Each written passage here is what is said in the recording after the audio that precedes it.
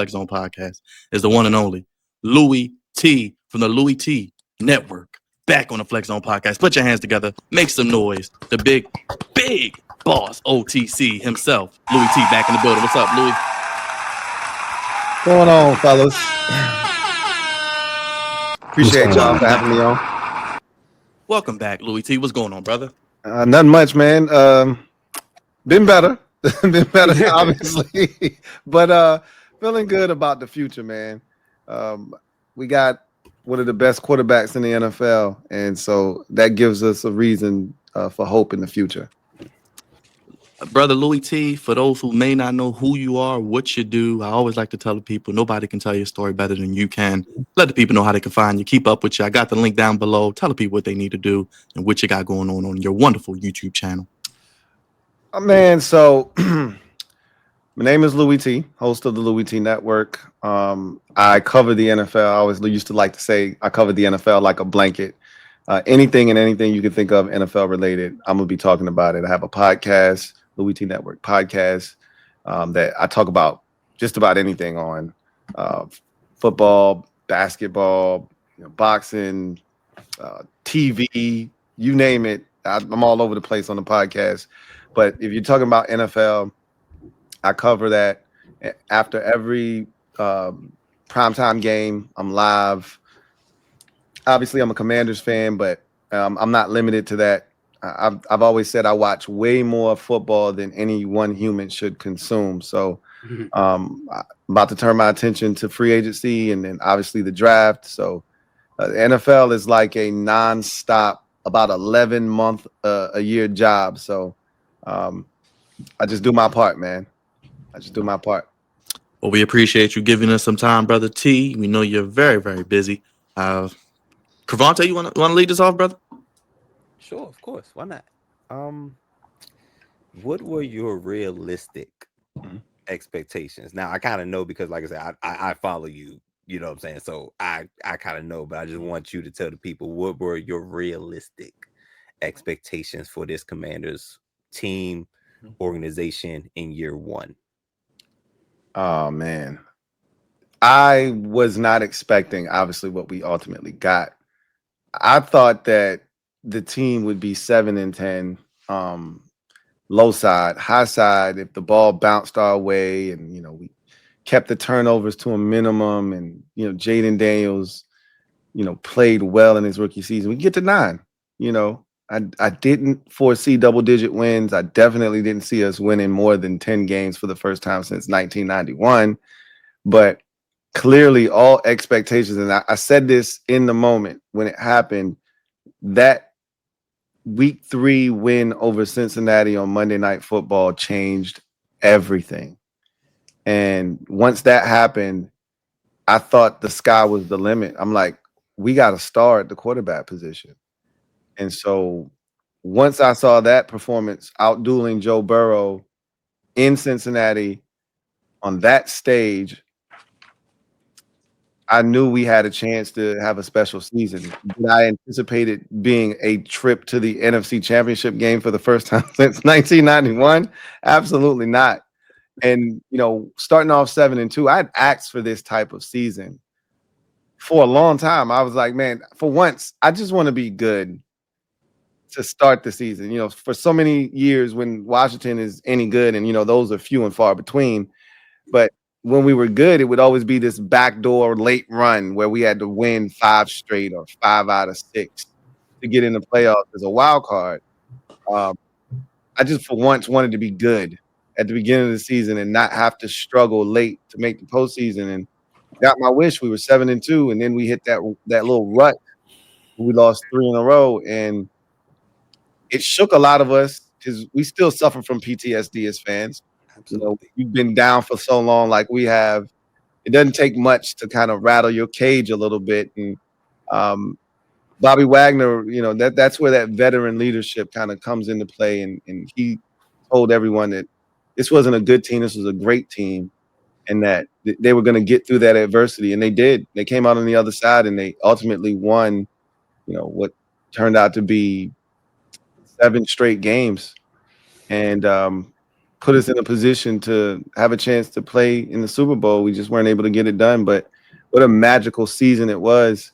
But the expectations weren't high going in. You know, we turned our roster over by 60% from a year, you know, the year prior. And, you know, there weren't massive expectations in year one. But to see what they were able to do in such a short amount of time gives us immense hope for the future. What were your thoughts about Dan Quinn's job throughout the season? How would you grade him in his first year as the head coach of the Commanders? Oh man, he gets a from me. I mean, I think he should be the runner-up. I'm biased, so I think he should win head coach of the year, but he won't. That's going to go to Kevin O'Connell, and rightfully so. I think Kevin O'Connell, you know, having a 14-3 record with Sam Darnold at quarterback, nobody had that, you know, as a storyline this year, but neither did anybody have the Commanders going 12-5 and making it to the NFC Championship game. Obviously, that's a regular season award, so you're not going to count the 2 wins on the road in the postseason, but Quinn was phenomenal, and you know, it was his direction, his messaging, his culture shift that really helped foster the brotherhood that you saw from this team this year. And you know, the anybody, anywhere, anytime moniker, the different sayings that, you know, for lack of a better phrase, the Danisms or the DQisms that we heard, you know, whether it's anybody, anywhere, anytime, or the only fight that matters is the one that we're in. These were, you know, things that those players lived by. Those ended up being creeds that they lived by, and he was really big on them becoming heavy hitters. And he talked about them, you know, in order to be a heavy hitter, you got to beat a heavy hitter. And we were able to do that multiple times throughout the course of the season, whether it was Philadelphia in a crazy game, obviously on the road at Tampa, avenging that loss in week 1, or obviously going on the road and beating the number 1 seeded Detroit Lions and doing it in epic fashion. So this team grew throughout the year, and a lot of the credit that this team got, you know, I think should go to Dan Quinn, because your coach matters, and your coach is, to me, a direct your team is a direct reflection of its head coach. And I think the reason that the team was so successful this year and so tough-minded, like this was a team, you know, that was what part of what made that loss to Philadelphia so disappointing is we hadn't seen this team quit all season long. We hadn't gotten our brains bashed in like that all year. And I didn't expect to see it in the most important game of the season, but that's a direct reflection of Dan Quinn. This team never quit, no matter what, whether you're down 27-13 in the fourth quarter to Philadelphia and you've turned it over 4 times, or you're down 17-7 at the half to Atlanta. This team never quit, and they always found a way to get it done. And so I think he did a phenomenal job, and looking forward to seeing how he continues to grow as a head coach. I think that second time around is going to be really big for him. Let me ask you this. What changes do you feel need to be made this offseason in order for you guys to then get over the hump from an NFC championship game into a Super Bowl? Well, there has to be some changes from a roster standpoint. I think the mentality that this team has is already set now. There's a culture, there's a standard. They call it a commander standard now that's been set. And I think there are enough veterans here that will be able to make sure that that standard is upheld. But we got to get more talent, and you got to first protect your investment. And Jayden Daniels is one of the best quarterbacks in football already, and you have to protect him. So I think your first, to me, investment should be along the offensive line. You want to run the ball better. You want to protect him better. I think you have to fortify that offensive line. And it's not a terrible unit, but we need a left tackle. I'll say that right now. You have to upgrade that position first. Obviously, we were one of the worst run defenses in football. If you just look at the division that we play in, you want to beat Philadelphia, you're going to have to be able to stop Saquon Barkley. We can't do that right now. So I think you would have to address some things there. Obviously, defensive end is something that we'll have to continue to look at. We need a guy that's a game changer off the edge, someone that can also stop the run. One of our, worst features of the run game was we weren't good on the edges. Anytime you wanted to get to the perimeter against us, you had a field day. So, and I always bring this up. I wasn't the biggest Montez Sweat fan, but one thing you weren't going to do was run on the outside against Montez Sweat. And, to a lesser extent, but Chase Young as well, even though I wasn't a Chase Young fan either by the time he left Washington, those guys made plays against the run, if nothing else. So we got to find guys that can, help stop the run, because you can't win this division if you can't beat Philadelphia, and you can't beat Philadelphia if you can't stop the run. Obviously, we got to upgrade the weapons around Jayden Daniels. I think we need a back with some speed to complement Brian Robinson Jr.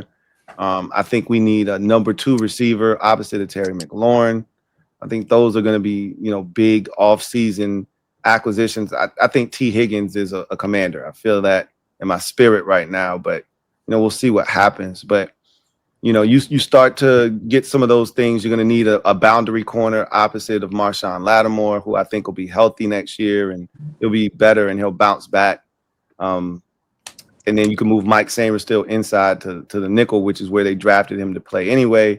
And then you kind of see where the defense goes from there. But I think there are a lot of pieces in place, but you have to add some. And you can't fix everything in one offseason, but I think there's an opportunity for them to fix some things. I see Cravante over there praying when you said T. Higgins. I think he stays, brother T. Not to get off topic, I think he might stay, man. I think he might stay in Cincinnati. I think Mike Brown might pull out some money out his ass. I don't know where he gonna get it from, because he did it for Joe Burrow, right? But you about to make Jamar Chase the highest paid receiver in the league. What you gonna make T. Higgins the 5th highest paid receiver on top of Bengals? Jamar Chase? They're the Bengals. They would do that. I can't see them. And they refused to pay Jamar last year. They refused to pay Trey Hendrickson, who I know a lot of Commanders fans want him in free agency as well.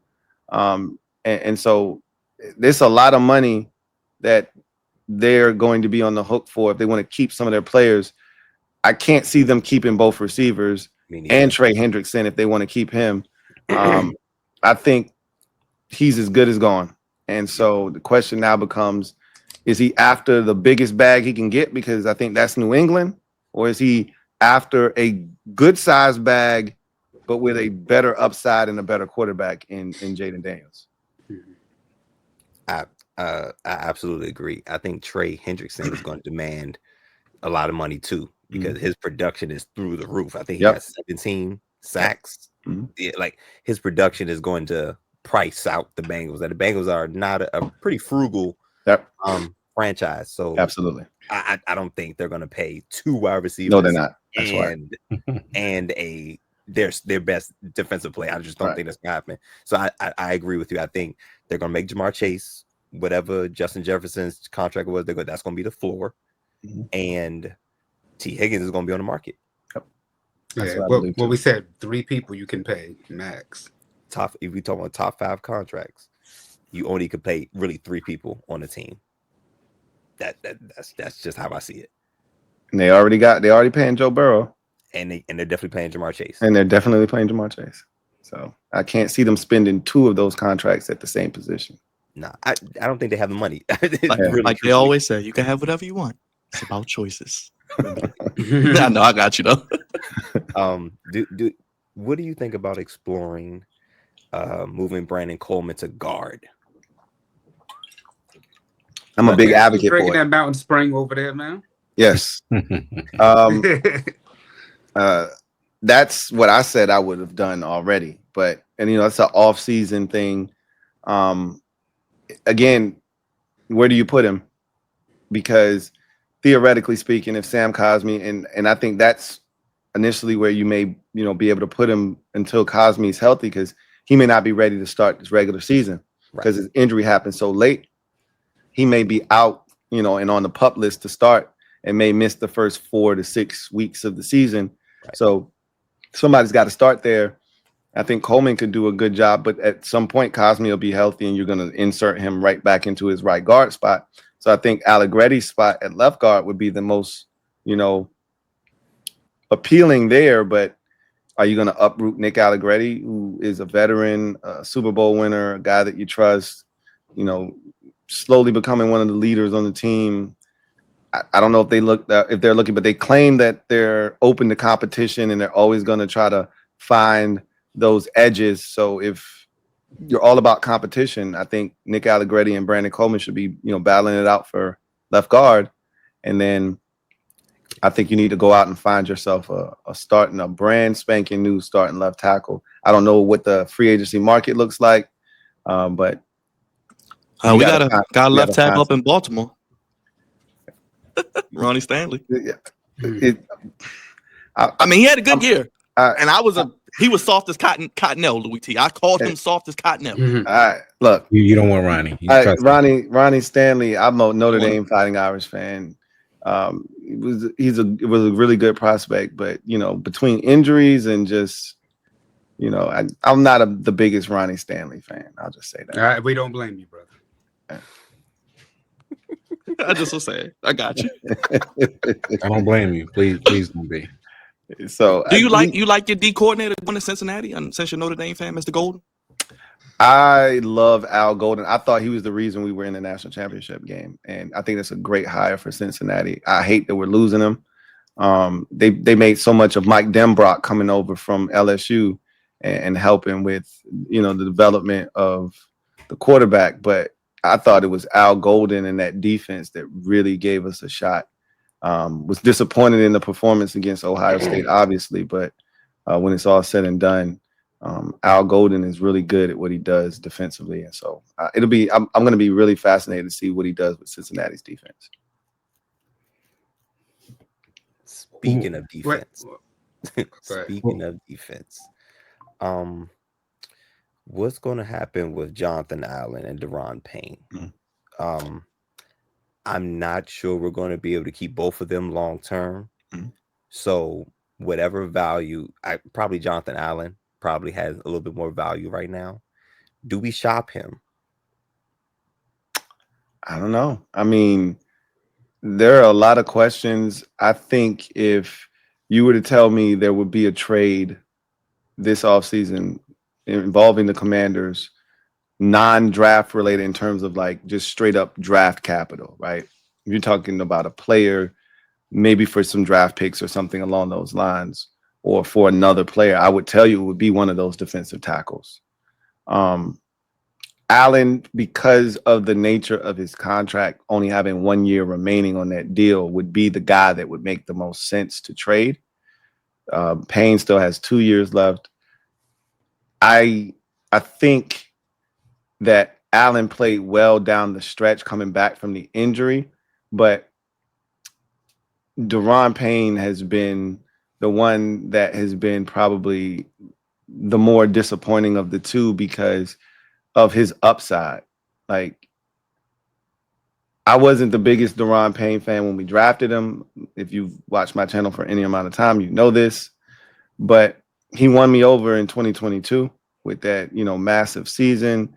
And I thought that he had figured it out and that there was more of that to come. And that was literally the definition of a contract year season where you ball out to get paid. And then he went back to being the Daron Payne that we saw before that. And that's been pretty disappointing to say the least. I thought he was one of those dudes that was in the conversation with the likes of Chris Jones and Quinnen Williams and Vita Vea and Dexter Lawrence and some of these dudes that you just know year in, year out, you know what you're getting and you know they're going to be one of the best in the league. And that's just not the case. It's just not the case. Outside of the Philadelphia Eagles, are there any other teams that you're concerned about in the NFC? Not really. I mean, here's the thing. The NFL is a week-to-week league. It's a year-to-year league. So right now, no, but I think Michael Penix is going to be really good. So what does that mean for Atlanta? You know what I mean? Like, they could end up being really good moving forward. I know Baker and The Bucks just lost their offensive coordinator again, but we'll see what this next guy that comes in there does, and if he'll be able to get them to play well again. I look around at the conference as a whole, and I say, who scares you? And there aren't many teams that have elite quarterbacks. All the elite quarterbacks are on the other side of the bracket. So if you can just get that roster where it needs to be, we'll see what San Francisco does when they get healthy. They have a ton of injuries. We know that's a good team when healthy. And obviously Detroit, lost both of their coordinators, but that's a really good football team. But I always have reservations about them because they still got Jared Goff at quarterback, right? So I think there are some good teams on this side of the bracket, but none that should, cause fear outside of Philadelphia. So Raven C.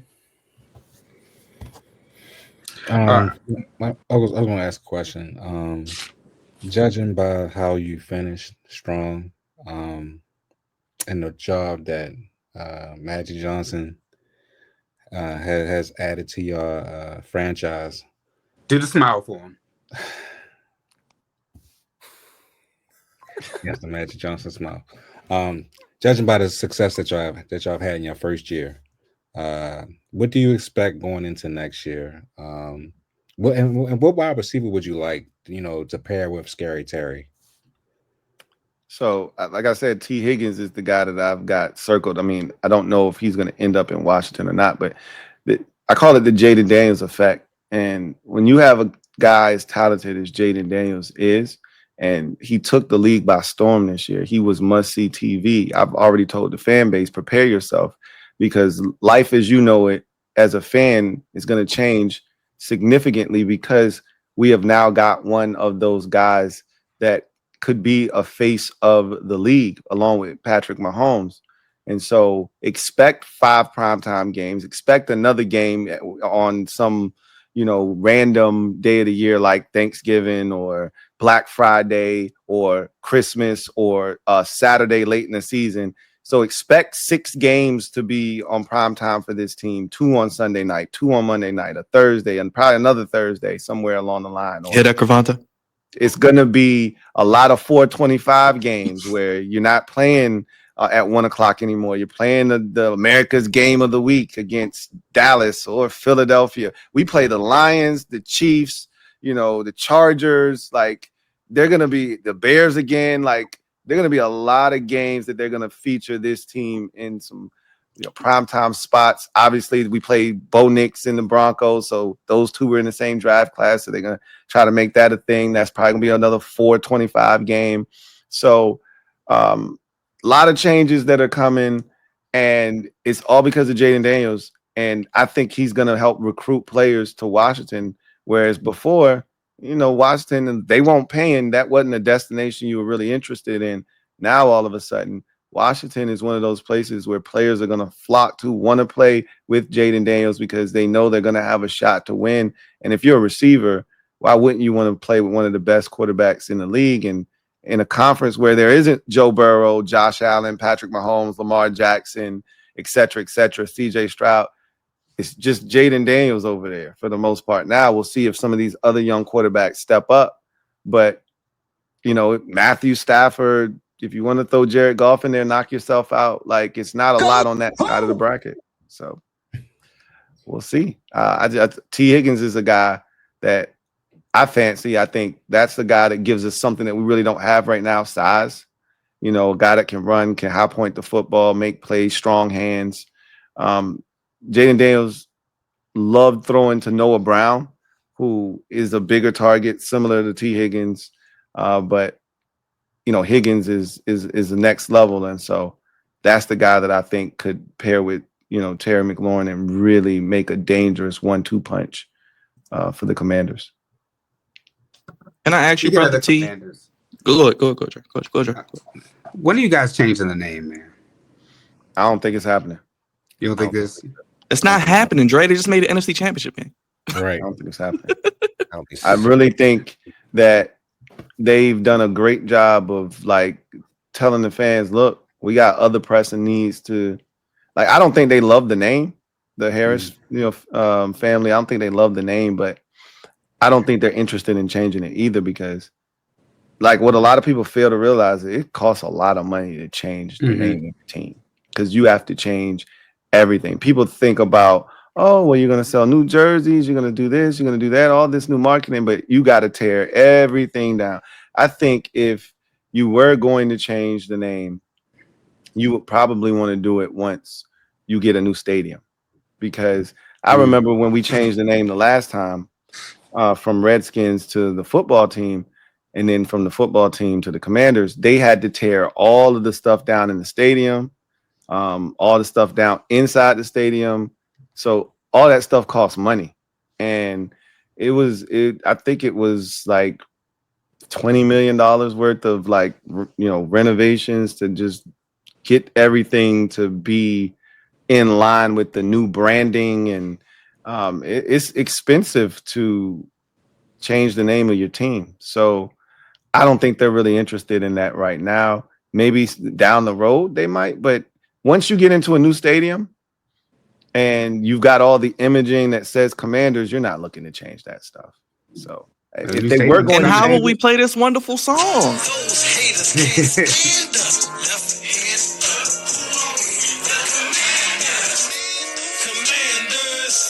Commanders. We fight for RDC. Who are we? That's a no. That's a thumbs down, brother Every Louis T. week. Louis, every week, man. That's a thumbs Every down. Okay. Hey, you family, brother. You ain't gotta be. You can tell us you don't like it. You're family. You've been here before. You ain't gotta be nice. You can tell us you don't like it. It's okay. Every week, yo. Song is terrible, man. Every week. I don't claim it. That's for damn sure. I don't claim it. Well, can I ask you something? One of our wonderful viewers brought up Miss Swift. We've seen it in 2019. Lamar Jackson and the Ravens offense dominate the league. One of the greatest rushing attacks ever. Year two, teams adjusted a little bit. How do you see Jayden Daniels going into year two? Because we saw CJ Stroud take a little bit of a step back. What can be done to prevent that? I love what Cliff Kingsbury has done. Me and Cravante have been huge Cliff Kingsbury fans since his days in Arizona. He's staying. I think that's great, the synergy there. What do you think about Jayden Daniels in year two? And what would you like to see him improve on as a Commanders fan?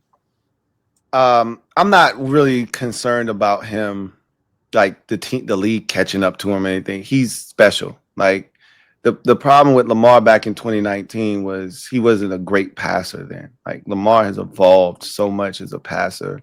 Like this year, 41 touchdowns, only 4 interceptions. Like we saw Lamar evolve in that regard. In 2019, he was so dynamic with his legs, but he had yet to really evolve as a passer. I think it was the opposite for CJ Stroud last year. CJ does not like to run, and he can. That's the crazy part about CJ Stroud. When he's at his best, when he's his most dangerous, is when he's willing to run. You saw in the playoff game against the Chargers, he was struggling early, and then he started to run, and he had success. The Chiefs game the following week, he used his legs. He got a little banged up, but he used his legs, and that's what kept them in that ball game. Jayden can run, but he is just as dynamic a passer from the pocket as he is a runner with his legs. So I don't think there's really like you can defend him, and if you got like the Eagles have a really good defense and they're disciplined and they're sound in what they do, but even he still was able to move the ball successfully against them. If not for the fumbles, I think that they would have been in that football game, because both of those drives that they fumbled on, they were moving the football. They were having success. So I just think he's such a dynamic playmaker that I don't think that he's going to have a drop off next year. I look at him more in that Patrick Mahomes type vein where, he's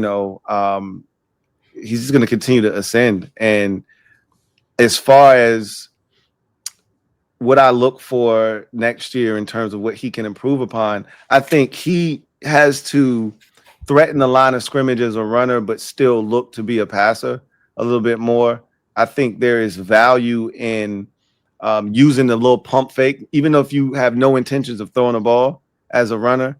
Defenders are dumb. A lot of times they'll jump in the air and go for that. And I think he can utilize that, like just add little subtleties and nuances to his game.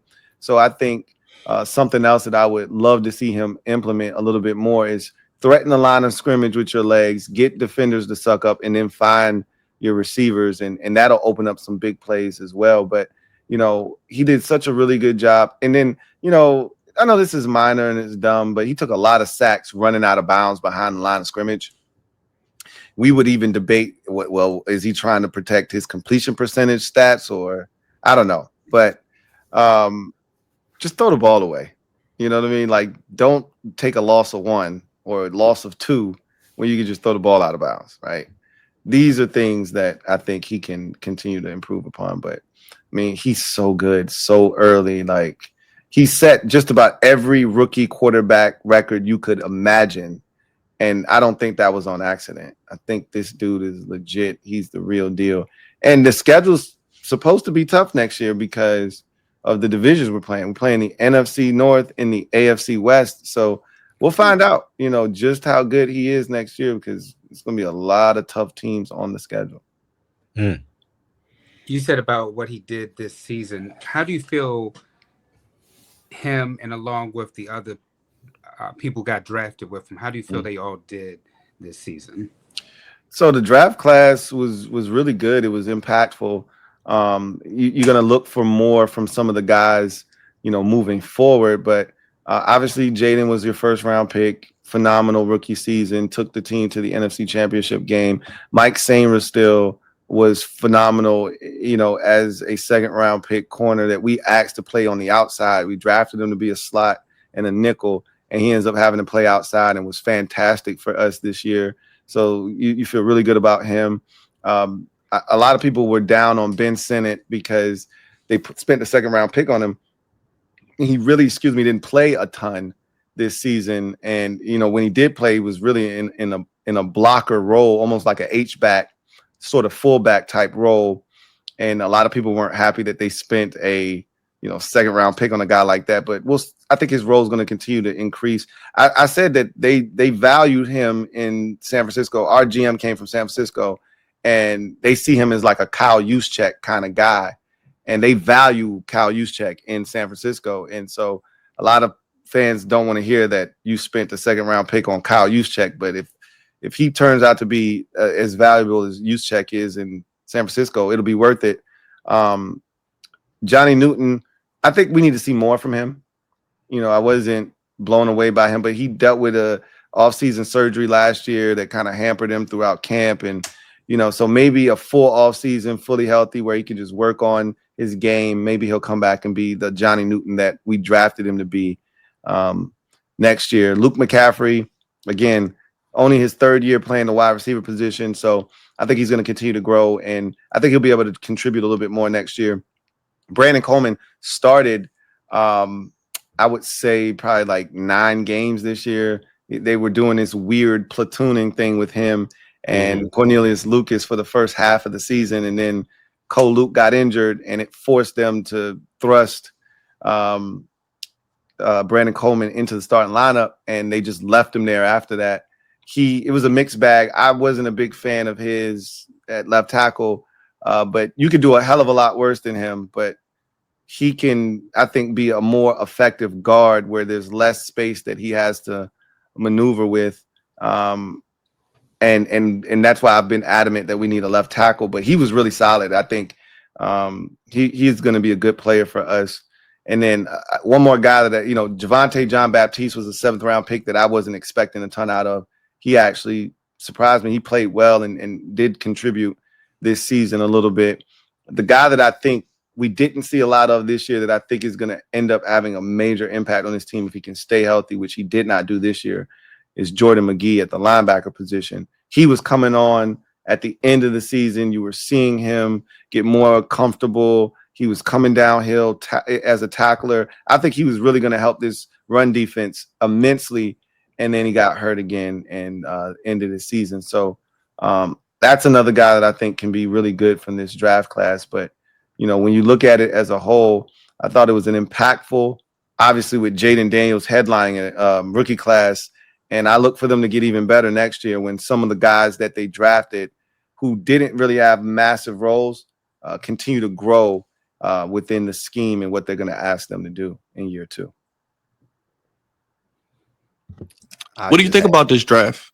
Real quick, brother Louis T, as we get ready for it. I don't love it. I don't love it. Personally. I can't really tell you much about it because I was focused on New Orleans. I thought we was going to the Super Bowl, so I ain't even gonna hold you. So did the brother up there above me. Yes, he did. Yes, he did. So I can't even hold. I ain't gonna be holding. If I could give my 2 cents from my amateur point of view, the strength is defense. From what I'm seeing, a lot of defensive linemen, a lot of pass rushers.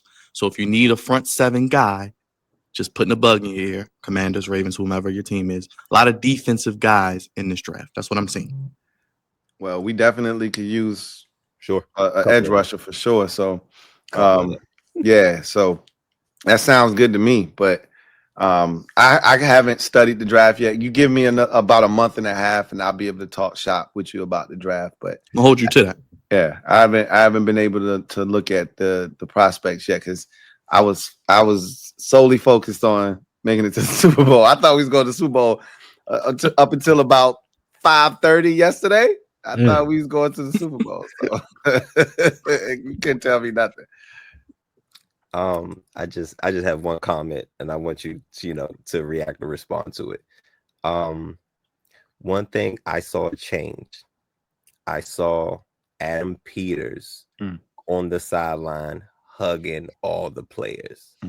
And I think that's a good sign for this or in the direction that this organization is going in, because it wasn't that with Dan Snyder. Right. You know what I'm saying? So they want to be here and they want you here, and you're valued and you're appreciated. We have an amazing season, but we value you as a player and as a person. And I feel that. I think that's very important moving forward and completely night and day from what we had prior. Right. Without question. I mean, I think a lot of us were amazed at the care of this group when Austin Eckler got a concussion the first time against Cincinnati. Adam Peters reached out to his family and told them that Eckler was okay. And we got wind of it as fans, and we were like, whoa, like that's different. You know, we've never had front office personnel do that for players here in Washington. You know, the only time that something like that occurred was when it was like a major star, right? You know, and so Eckler even said afterwards, like, he's never had another organization do that for him either, where the general manager comes down into the training room and checks on you and then gives your family an update. Because I know people don't really think about, fans don't think about this, but, you know, guy gets hurt, you know, and your family's watching, they're not there. They don't know how severe it is, or they don't know what's going on. So to have the general manager reach out to you personally and let your family know, hey, your son or your brother or your whomever, he's fine. He's going to be okay. It speaks volumes about the care of this franchise. And you see it after these games. They're waiting for these guys as they're going into the locker room, right? You know, we saw clips of Terry walking in the locker room and hugging AP and Ian and some of these other guys that are, you know, part owners. We saw him after the Bucks win with Magic Johnson. And so it's just it's night and day different now. It's an organization that people want to be a part of. And I don't think we thought we would ever be having these conversations, especially, you know, 3 years ago. We didn't think we would be here where we're sitting at right now, talking about this and having these type of conversations. It's beautiful. It's beautiful. It is. It is. Without question. Yeah, man. Louis T, man, I appreciate you, man, doing the good times and the bad times. Doing God's work, brother. Yes, you by yourself, man. Yeah. And you know, and we all behind you, man, supporting you, man, because it's tough to get up on that mic by yourself after a loss. It's tough. Yeah. Yeah, look, I had a lot of practice with this organization. Had a lot of practice, so they made me a seasoned veteran at that, right? this is the stuff that's new right here. Going to an NFC championship game and winning playoff games and being relevant. This is all new because I had the losing part down pat, right? Come after a loss and talk. And like people always say, man, thank you for being our therapist, you know, or psychiatrist or whatever the case may be. And I'm like, y'all don't know that y'all are therapy for me. Y'all are therapeutic for me because, you know, y'all are allowing me to get this off my chest because as a man, a wise man once said, man, I care about this, man. This means something to me, man. And so it means something to me, man.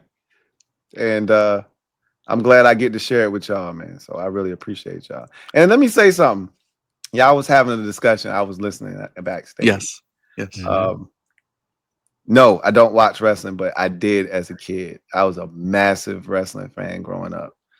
It's funny. I was talking to one of my guys, Bad Dog. He was doing a 24-hour stream, and we was talking about wrestling heavy for like an hour and a half. I jumped on with him and, ate up a little bit of the block. He was doing a 24-hour stream for a cause. And we literally was just talking wrestling for like an hour and 30 minutes. Big wrestling fan growing up, but nah, I couldn't. You couldn't pay me to watch wrestling now. Hey man, look now, wrestling is back cool. Just to ask real quick, what was your era? Was it the 90s, early 2000s? Yeah, no, I was a 90s guy. I mean, I think I might have touched the early 2000s, but you know, I was the early 90s to mid 90s into that Attitude era, right? Okay. I was big on the NWO, WCW Nitro, Raw Wars, right? Yep. I was big and heavy into that, but I got hooked in the early 90s, and then was all the way up until probably that Attitude era. And I think that's where I got dropped off right around probably when The Rock hit his apex is probably when I got off the bus right there. Okay. Really? Wow. Yeah, that's kind of wild.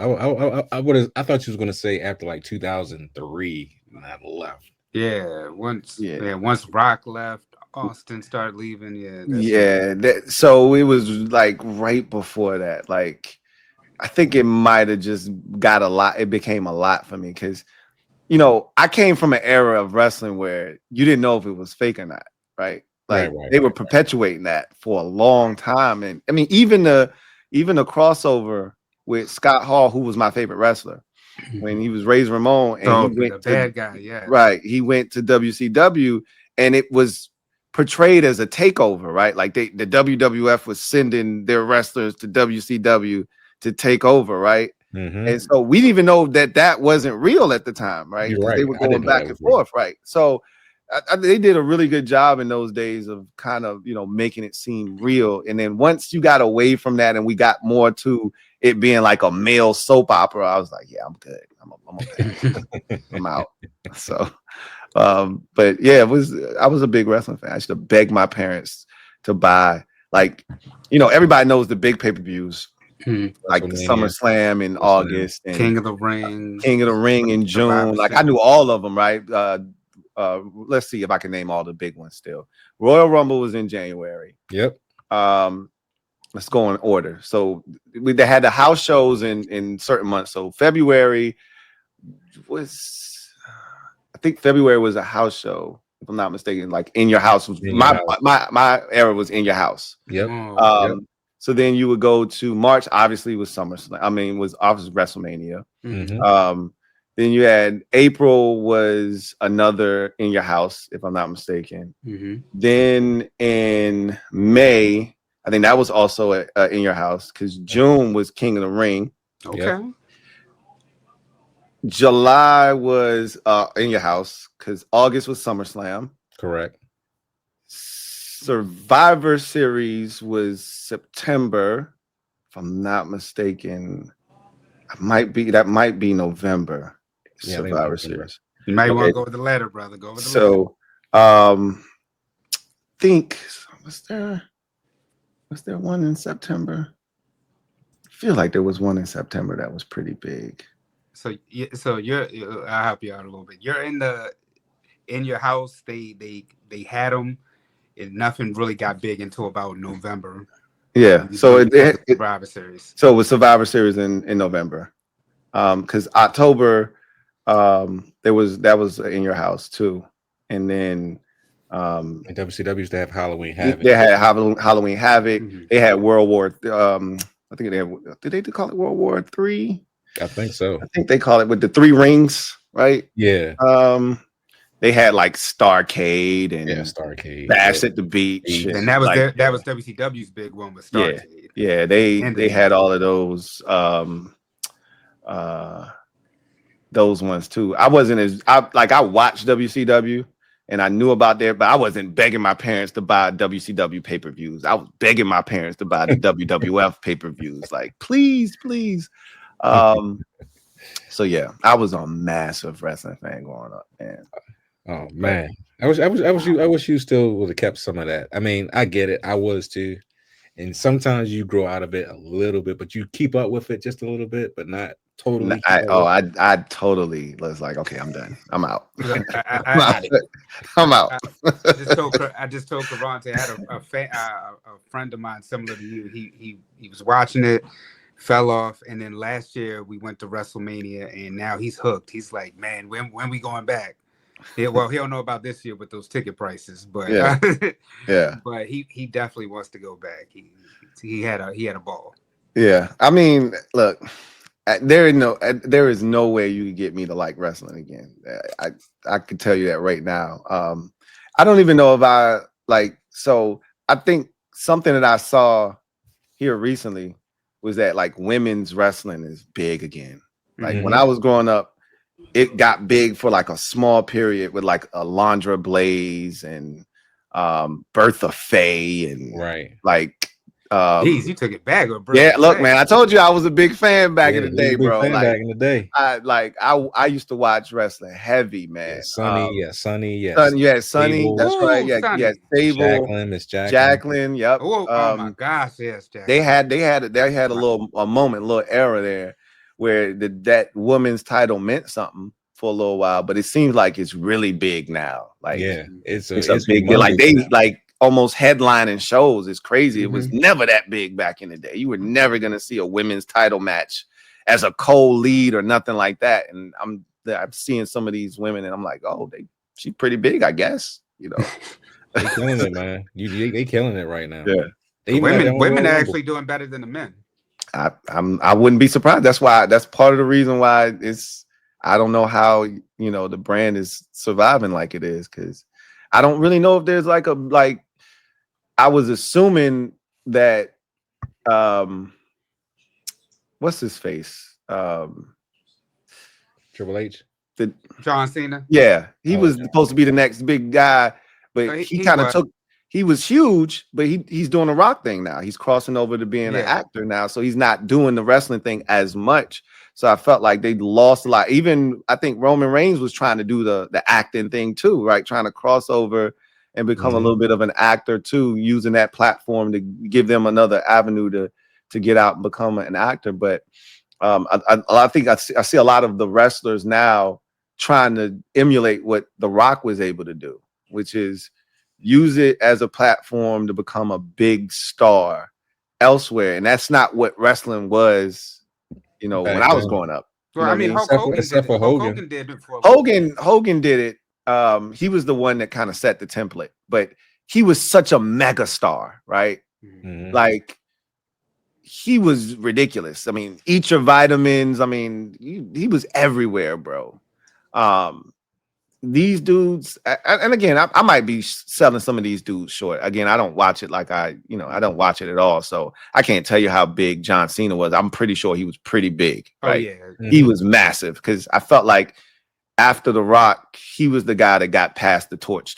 That's my guess. I could be wrong about that. No, you're correct. He did. So, Rock passed the torch to him. Yeah, and it felt like, so again, I think that might be why they're struggling. They don't have another dude that you know. Oh no, national they're trust me, not they're not struggling at struggling. all right now. They're Bro. not struggling at all. They're making They're way selling more out money than they arenas, ever made in their entire stadiums life. now. Like Good. Rock, I- and Rock came back actually. Cena's about to retire. Okay. Roman Reigns, we don't know what we're getting with him, but Cody Rhodes is now the guy. Yeah, I thought I saw that he was the guy, and I'm like, I would say this. I know you're not a fact. fan. I know you're not a fan anymore, but I would give it just a look. I would give it a look. You wasting your breath. Just telling you right now, I would never watch wrestling again, man. I had a blast when I was a kid, but I wouldn't. I just know I'm not. I wouldn't invest the time that it took to be a wrestling fan. How often does it come on now? Because I remember when I used to watch, it was on USA. Is it on Netflix now? Yeah, they just moved them. You keeping up with it? No, but you hear like I don't live under a rock, right? Like I hear when changes are being made because they're big changes. Like from them going from a network to a streaming platform. Like I know maybe like 5-6 years ago, like Vince created like this like major network. Like they had their own streaming platform. I don't know if it did well or not, but you know, obviously they're on Netflix now, so I would think that it didn't do as good as he would have liked it to. I think it was one of those things that was just kind of ahead of its time, because now you see like other networks kind of emulating what he did. So I think he was just like a little bit before his time, because you had like Major League Baseball try it at one point, and now you're just seeing everybody kind of like get with another streaming service and propelling. Like WWE has it with a partnership with Peacock, but also with Netflix. Yeah, I've watched a lot of like document because they got a lot of stuff on Peacock, a lot of content. But I just look at like some of the old stuff, and little documentaries about some of the old wrestlers that I grew up watching. But none of the new stuff interests me. I will ask y'all this though, like how is is it called AEW? Is that what it's called? Yeah. How is that doing? Is that is that Chris Jericho? You don't have the time. You don't. Yes, but you don't have the time. Okay. All right. Just imagine. All right, look. The 91 Commanders turned into what you went through before this year's Commanders. That's AEW. Yeah, and we live stream it every Wednesday, man, and it's a struggle. Wow. So think of how high the Commanders were in 91. Yeah. Think about how great y'all were in the 90s with Doug Williams, Joe Gibbs, and those great players, John Riggins. You want to go back even further? How much invested the city was, and then it just slowly start dipping. Terrible ownership, terrible management, terrible decisions, business decisions, and then they're just there now. Oh wow! So that's their state. They're kind of becoming WCW in 2000, if you remember that. Yeah. So I was going to ask you. I mean, can anybody actually compete? Because it always felt like the WWF had, or WWE now had a monopoly. AEW is over. They do, and they just basically bought TNA without buying TNA. Yeah, they had a nice little run, but it just That's generally how it goes. You start out with a little bit of juice, and then remember ECW? Right, started out with a little bit of juice at the beginning, and then it was like, and then Vince was like, all right, let me just get all of y'all. Y'all come on over here and I'll buy. Well, you're a football fan. You know the Khans own the Jaguars. Just look at the Jaguars. That's what AEW is. Siberia. Got you. Right, that's the best way to put it, because you watch football. You know the Khans. And to give you some context too, Rock is on the board. Triple H is the CEO, COO. So they're the two. And Shawn like Michaels really you're right. Shawn Michaels is helping with talent. So those are like the three guys really running the whole thing. You talking about WWE? Yep. Oh, all the 90 stars that you watched is running the show, literally. Good. I know like some of them have like podcasts, like Taker has a podcast, and some of the other dudes have like Stone Cold. Yeah, he got a podcast. Kevin Nash, Eric Bischoff. He got one. Yep. I think Jim Cornette used to do one. Oh my God, Cornette's he probably still does one. Something we love here. Yeah. So Jim's crazy, man. I love Jim. Very crazy. Jim's crazy. So yeah, I mean, he got stories to tell for days, but But We appreciate it, brother Louis. yeah, man, I appreciate y'all. Yeah. Real quick, who wins the Super Bowl? And let the people know what you got cooking up on your channel as you head into the Commanders offseason, my brother. Man, I hate to say this. I think the Eagles gonna win the Super Bowl, man. Really? I really. So this is. Well, so it has nothing to do with like on the field. It takes me back to 2017 because I think most people can't stand the Eagles. Like even if you're not an NFC East fan, the Eagles, the fans are nasty. There's nothing exciting about the Eagles. Like, okay, they got Jalen Hurts, cool. He's meh, right? Saquon's cool and he's doing, had a hell of a season. AJ Brown's a diva, reading books on the sidelines. Like they're an easy team to not like, but they're playing against a team that's trying to attempt a three-peat for the first time, like a team actually winning 3 Super Bowls in a row. No team has actually made it to the Super Bowl with a chance to win 3 in a row, and the Chiefs can do it. And I think you're getting to a point where fans are fatigued. They don't want to see Kansas City win another Super Bowl. And that's how it was when they won the Super Bowl in 2017 against the Patriots. People were rooting for the Eagles to win simply because they were tired of seeing the Patriots win the Super Bowl. And I think you may see that again this year. Like, yo, I'm sick of the Patriots. I'm sick of the Chiefs winning. I hate Philadelphia, but I just don't want them to win the Super Bowl. Like, I don't want the Chiefs to win another Super Bowl. I hope I'm wrong, but it feels a lot like 2017 from that standpoint. And the Chiefs have gotten by a lot this season. Mm-hmm. Like this game against Buffalo was the first time they've scored over 30 points all season long, right? Yep. I hope they can stop Saquon. Like their run defense has been solid this season. It hasn't been like great, but it's been okay. I know their secondary can, frustrate Hurts and they could probably get pressure on him and, force him into some mistakes. But can they stop Saquon? I'm not sure. And then can Mahomes, and they got enough weapons offensively to do some things on offense. But this is giving me 2017 vibes. I don't like it. I don't like it at all. I hope I'm wrong. I want the Chiefs to win so bad. I'm the biggest Chiefs fan this week. Please, Kansas City, please. But I'm with you. I'm with you, Louis T. I'm with you because these Eagles fans, man, as you can see in the chat, are extremely goofy. First of all, Philadelphia. They go one of them right there. Yeah, they go one of them right there. Bum Anders. Yeah, he's the clown of all clowns, right? He's a massive clown. Philly's a great city. Love Philadelphia. That fan base is ridiculous. They're having a party like they won the Super Bowl. I mean, y'all got to beat the Chiefs, though. They confident, but clearly, I just your words, not mine. I didn't say Philadelphia was a great city. It's a nice city to visit. It's a nice city to visit. I said it's a great city. Yeah, I was saying your words, not mine. No, I'll say it. Everybody knows I love Philly. I don't know. He is crazy. Oh man, this is good, man. Let them know your channel, what you got working on, Louis T, brother. They go there. So y'all can find me over at the Louis T Network.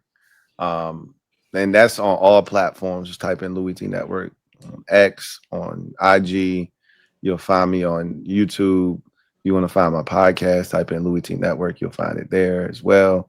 Like I said, anytime there's a primetime game, you'll find me. I do my podcast, twice a week. If time permits, 3 times a week.